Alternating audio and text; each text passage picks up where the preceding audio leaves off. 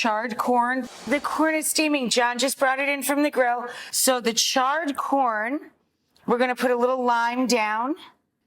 And I wanted to really use as much of the pastes as possible. So this one has the Aji Panca. And I said for that, you can use chili paste to substitute it.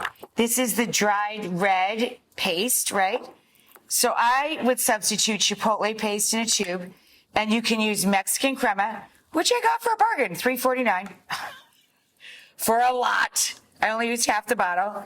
And we're going to paint the corn. I'm doing it on the transfer platter, so it'll look prettier on the big platter when I transfer it. Again, isn't that crazy? Transferring it twice, I know, but I want it to be pretty. So I'm going to paint the corn with the crema chili paste.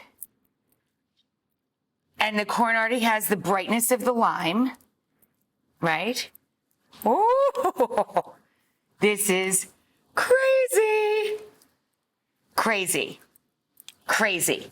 And then I'm going to take the last of it and put it on the bottom of the platter. So when I situate the corn, it'll pick up a little bit on the bottom of the platter too. Oh yeah. Then you just kind of negotiate with the platter what it's going to do for you. So you kind of just go back and forth and figure it out and make a little bit of modern art with your food. Okay? And then, of course, we don't want to waste any. Take any little last dollop, just pour it over whoever's on the edge.